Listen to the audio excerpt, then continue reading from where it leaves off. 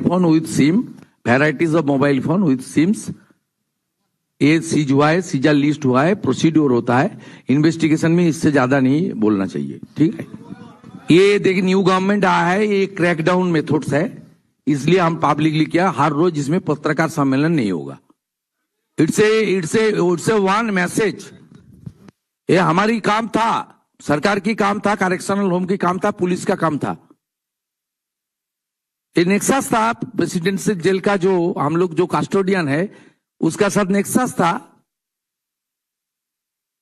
से जो मानी होते हो सकता है, पॉलिटिकली प्रेशर दिदेन गवर्नमेंट का हो सकता है, कोई पावरफुल आदमी हो सकता है इनके अंदर, लेकिन इसको हम लोग नया सरकार का नया एक क्रैकडाउन मेथड इसलिए खुलासा किया, बंद कर दीजिए सब, ये सब काम बंद कीजिए। नहीं तो जो लोग बाहर से इस नंबर में फोन किया जेल के अंदर, उनको भी जेल के अंदर जाना पड़ेगा, ठीक है। हमें होएगा सीएम सर एक सवाल है, सीएम की घटना पे एक सवाल है sir. No please sit down. আমি আরেকটা বিষয় আপনাদের সামনে ঘোষণা করছি, প্লিজ লিসেন। ঘোষণা করছি, আপনারা জানেন যে আরজিকর ইনসিডেন্ট, আমরা এমনিতেই সোমবার দিন ক্যাবিনেটে আপনারা অনেক সিদ্ধান্ত দেখবেন যে আমাদের চার্জশিট ডিক্লারেশন এবং ম্যানিফেস্টোতে অনেকগুলো বিষয় বলা রয়েছে, অ্যাট্রোসিটি এগেইনস্ট ওমেন, আমাদের ইনস্টিটিউশনাল করাপশন, ওগুলো আমরা পরে পরে বলবো। ক্যাবিনেটের অ্যাপ্রুভাল নিয়ে, প্রপার অথরিটির অ্যাপ্রুভাল নিয়ে আমরা আপনাদেরকে নিশ্চয়ই জানাবো। কিন্তু এজ এ হোম মিনিস্টার আমি চার্জ নেওয়ার পরে মাননীয় চিফ সেক্রেটারি, মাননীয় হোম সেক্রেটারির কাছে রিটিন চেয়েছিলাম যে কলকাতা পুলিশের আরজিকরের ইনসিডেন্ট এবং তার পরের কিছু বিষয়গুলো নিয়ে কি তারা কিভাবে হ্যান্ডেল করেছেন। The leadership of the chief secretary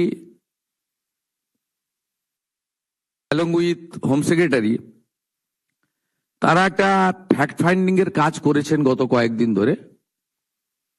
সেইটা দেখার পরে ইনিশিয়ালি আজকে আমরা একটা অ্যাডমিনিস্ট্রেটিভ অ্যাকশন নিলাম, এজ এ হোম মিনিস্টার আমি ডিক্লেয়ার করছি। সেটা হচ্ছে ওই সময় যে ইনসিডেন্ট ঘটেছিল তাকে মিসহ্যান্ডেলিং করা, প্রপারলি এফআইআর ইনভেস্টিগেশন ইনিশিয়ালি যে পার্টটা পুলিশের করা উচিত ছিল এজ এ ডিসিপ্লিন অর্গানাইজেশন, সেই বিষয়গুলো দেখা। আমরা কিন্তু মূল ইনভেস্টিগেশন পার্টে যাচ্ছি না, কারণ ওটা সিবিআই করছে এবং কোর্টে পেন্ডিং রয়েছে। আমরা শুধুমাত্র আমাদের সরকারের যে লোকরা ছিল, specially the senior police officers, দিদেন কলকাতা পুলিশের যারা ছিলেন সিপি এবং ইনক্লুডিং অল, এবং সবচেয়ে বড় অভিযোগ যেটা ইনিশিয়ালি আমাদের কাছে থ্রু মিডিয়া অনেকবারই এসেছে ভিকটিমের মাদারের পক্ষ থেকে, যে দুজন police officer on behalf of the state government টাকা দিতে চেয়েছিলেন। তদন্ত করতে হবে যে অ্যালিগেশন কতটা, কিন্তু ইনিশিয়ালি আমরা মনে করি এই তদন্তগুলো করতে গেলে যাদের বিরুদ্ধে অভিযোগ পুলিশ আধিকারিক, তাদেরকে সাসপেনশনে রেখে তদন্ত করা উচিত, নইলে তদন্ত কখনো ট্রান্সপারেন্ট হতে পারে না। আমরা কিন্তু আবারও বলি, সিবিআইর পার্টটা আমরা ঢুকছি না। ব্রুটাল রেপ অ্যান্ড কিলিং ওসব ওই পার্টটাতে আমরা ঢুকছি না। হাইকোর্ট সুপ্রিম কোর্টের অনেকগুলো গাইডলাইন আছে, ওই পার্টে ঢুকছি না। আমরা শুধু সিচুয়েশনটাকে মিসহ্যান্ডেলিং করা, offer financial one type of bribe on behalf of the, কার পক্ষে নিয়েছেন ওনারা, যখন ইন্টারনাল ফ্যাক্ট ফাইন্ডিং হবে, ডিপার্টমেন্টাল ইনকোয়ারি হবে, তখন ওনাদের যাদের বিরুদ্ধে আমরা আজকে অ্যাকশন নিচ্ছি তার বক্তব্য নেব, এবং ভিকটিম ফ্যামিলি যদি চান তাদের বাড়িতে গিয়েও আমাদের অফিসাররা নিয়ে আসবে, এবং তার পারিপার্শ্বিক যা আছে ফোন কল রেকর্ড